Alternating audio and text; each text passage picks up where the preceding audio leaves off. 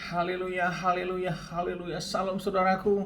Ratapan 3 ayat 22 sampai 23. Sebab kebaikan Bapa Yahweh itu tidak pernah berhenti, dan rahmatnya tidak pernah berkesudahan, selalu baru setiap pagi. Kita kembali mengucap syukur saudaraku. Kita bisa kembali bangun pagi pada pagi hari ini. Sesungguhnya semuanya oleh karena kebaikan dan rahmat Bapa Yahweh di dalam kehidupan kita saudaraku. Renungan KPI Mayim Kaim pada hari Jumat tanggal 12 Maret 2021 atau pada tanggal 27 Adar 5781, yang merupakan terus kelanjutan dan renungan pembacaan Torah kita saudaraku, diambil dari kitab Keluaran 35 ayat 10 yang berkata demikian. Dan setiap orang yang berhikmat hatinya di antara kamu biarlah datang dan mengerjakan semua yang telah Yahweh perintahkan. Saudaraku, ini adalah dimana perekopnya atau temanya tentang pekerjaan tabernakel saudaraku. Tabernakel atau kemah suci itu saudaraku. Karena ini adalah awalnya Bapa Yahweh memerintahkan untuk membuat suatu kemah suci, karena Bapa Yahweh berkehendak untuk hadir pada kemah suci ini saudaraku. Dan kita tahu bahwa dalam renungan sebelum-sebelumnya bahwa kemah suci ini dibangun saudaraku dari semua sarana prasarananya adalah semua perintah Bapa Yahweh, termasuk juga ukurannya, dimensinya, semuanya perintah Bapa Yahweh saudaraku. Jadi memiliki spirit dan memiliki kuasa yang Bapa Yahweh berikan saudaraku, tentunya memiliki makna dari semua itu. Dan saudaraku, bahwa kemah atau tabernakel ini akan berpindah satu tempat ke tempat yang lain, karena bangsa Israel akan bergerak berjalan selama 40 tahun ini saudaraku. Ada 42 kali berkemah saudaraku, dan berarti 42 kali berkemah berarti 42 kali akan dipasang, berarti 41 kali saudaraku akan dipasang kemah ini. Saat mereka berhenti, mereka harus pasang lagi tabernakel ini, dan dipasang saudaraku, karena ini adalah bukan barang yang habis pakai, tapi begitu dipasang, dilipat kembali, disusun kembali, ditata kembali, dikemas kembali, sehingga tidak rusak saudaraku, untuk mereka bawa, untuk mereka pikul saudaraku. Dan Bapak yang memerintahkan untuk berhenti dan berkemah, maka mereka harus pasang lagi saudaraku dengan ukuran-ukuran yang sama, dengan posisi yang sama, susunan yang sama saudaraku. Dan sini Bapak yang memerintahkan, mengatakan lewat daftar dan firman-Nya bahwa dan setiap orang yang berhikmat hatinya di antara kamu. Ya, jadi setiap orang yang berhikmat hatinya di antara kamu. Jadi memang pelayanan inti di dalam Bait Elohim ini atau tabernakel ini adalah memang dari suku-suku Lewi saudaraku. Namun dalam hal untuk mengemas, membantu, merapikan semua yang ada adalah diberikan kepada semua orang yang memiliki hikmat hatinya saudaraku, berarti kepada suku-suku yang lain saudaraku.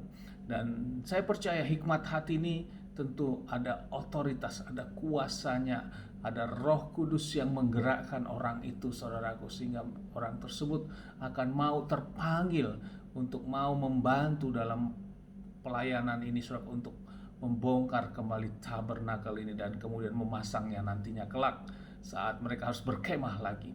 Saudaraku, ini yang menjadi renungan bagi kita, dan ini tidak menjadi prioritas bagi suku Lewi dan kepada setiap orang. Namun setelah itu juga saudaraku, orang-orang yang membantu ini, orang yang memiliki hikmat ini juga saudaraku, bukan berarti wah saya sudah membantu, ini sudah berarti selesai, tidak. Kita lihat di dalam ayat 21-nya saudaraku, dikatakan demikian. Lalu datanglah mereka, setiap orang mengangkat hatinya dan setiap orang berkorban rohnya, membawa persembahan hujukan bagi Yahweh untuk pekerjaan kemah pertemuan dan untuk segala pelayanan dan untuk baju kudus itu. Jadi mereka juga tergerak untuk memberikan persembahan juga saudaraku, memberikan persembahan hujukan. Saudaraku, ini adalah awal pertama tentang Bait Elohim. Dan tentunya di zaman sekarang itu berbicara Bait Elohim sesungguhnya adalah tubuh kita sendiri nih saudaraku. Kita adalah Bait Elohim itu saudaraku, tempat roh Bapa Yahweh berada. Namun di dalam hal dihadapkan dengan tempat ini saudaraku, ini juga menggambarkan tempat ibadah saudaraku, seperti kehilat atau gereja saudaraku. Disinilah kita renungkan bahwa Bapak Ibu juga memerintahkan bagi kita saat ini zaman sekarang ini, saudaraku, bilang kita memang tergerak hati kita, memiliki hikmat yang didorong oleh Roh Kudus untuk kita mau membantu pekerjaan-pekerjaan yang ada di Kehilat, saudaraku. Saudaraku, apakah itu mau sebagai merapikan kursi, atau saudaraku bisa mengambil suatu kegerakan hati untuk sama-sama membantu pekerjaan yang ada di Kehilat.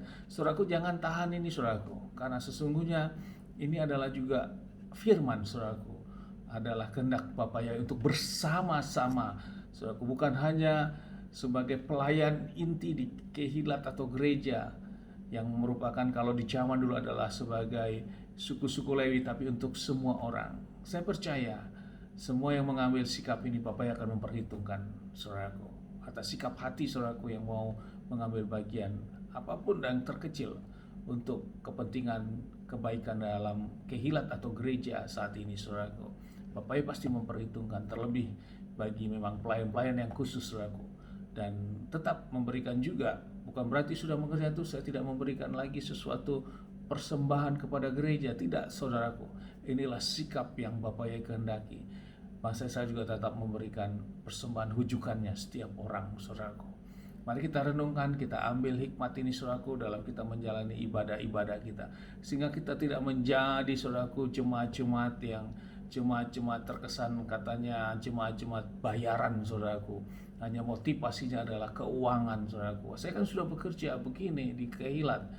Bukan seperti itu, saudaraku.